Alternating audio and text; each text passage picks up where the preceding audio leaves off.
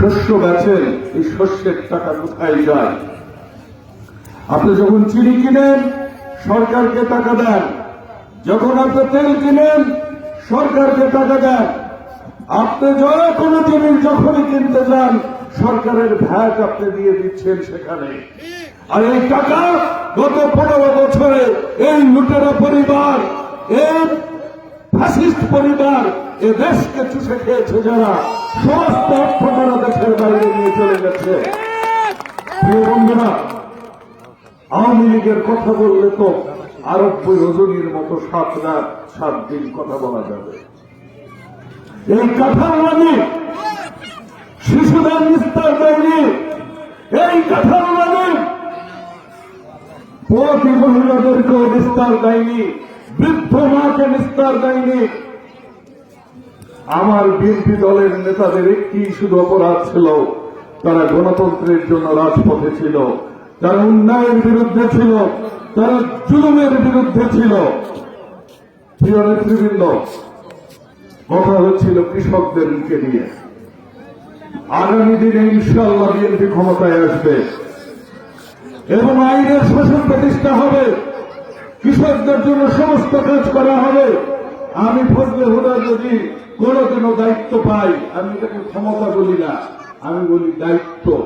যদি আল্লাহ কোনদিনও এলাকার দায়িত্ব দেয়, এই এলাকার কোন হাটে কোন কৃষককে তার শস্য বিক্রি করতে কোনো খাজনা দিতে হবে না। এই এলাকার কোন কৃষককে সরকারি গুদামে কৃষি পণ্য বিক্রি করতে যাওয়ার সময় 1 পয়সা দালালি দিতে হবে না। ইনশাআল্লাহ যদি কোনদিন দায়িত্ব পাই, কোন আওয়ামী লীগ, বিএনপি, জাতীয় পার্টির জামাত দেখা হবে না। প্রত্যেকটা অনুদানের সুষ্ঠু বন্টন করা হবে। প্রত্যেকটা কৃষকের দল, মত, ধর্ম, পথ নির্বিশেষে প্রত্যেকের জন্য আমরা কৃষিকাজের ব্যবস্থা করব। কৃষি পণ্যের বিতরণ হবে সুষ্ঠুভাবে। আপনি এখানে বসেই কৃষি পণ্য যেন ঢাকার বাজারের সমান বিক্রি করতে পারেন, সেই রকম ব্যবস্থা করা হবে। প্রিয় নেতৃবৃন্দ, রাজনীতিতে কিছু নিতে আসেনি, আপনাদের দোয়ার, বড় মায়ের দোয়ার, জীবনে অনেক কিছু অর্জন করেছি। গত 17 বছর থেকে রাজপথে আছি এই এলাকায়। রায়গা আমার বাড়ির পাশে। আমি তো বলি আমরা হাট করেছি রায়গাতে। এই রায়গাতে এসে আমার নতুন করে চিনবার কিছু নেই, জানাবার কিছু নেই। তবে একটি কথাই বলি, এই সমাজের আর শোষণ চলবে না। এই সমাজে বড় লোক হবে সেটি আর চলবে না। এই সমাজে প্রত্যেকের সম্মান এবং ন্যায্য অধিকার ফেরত পাবে, সেই ব্যবস্থা করা হবে। প্রিয় নেতৃবৃন্দ, কৃষক ভাইদেরকে বলি, আপনারা শুনেছেন আমাদের যে ঘোষণাপত্রে বীজ, সার, কীটনাশক সুলভ মূল্য এবং ভর্তুকি মূল্যে দেওয়া হবে।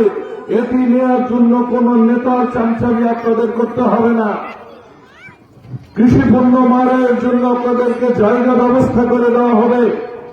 কৃষি ফসল বিক্রি করার জন্য উপযুক্ত ব্যবস্থা করে দেওয়া হবে। ডিজিটাল পদ্ধতির মাধ্যমে আপনারা ওই যেন পটলের ভিটায় বসে সেখানে পটল বিক্রি করে দিতে পারেন, সেই ব্যবস্থা করা হবে। কোন তৃতীয় পক্ষ, দালালের এবং কোন মধ্যবর্তী সত্যদের অবস্থান এখানে রাখা হবে না।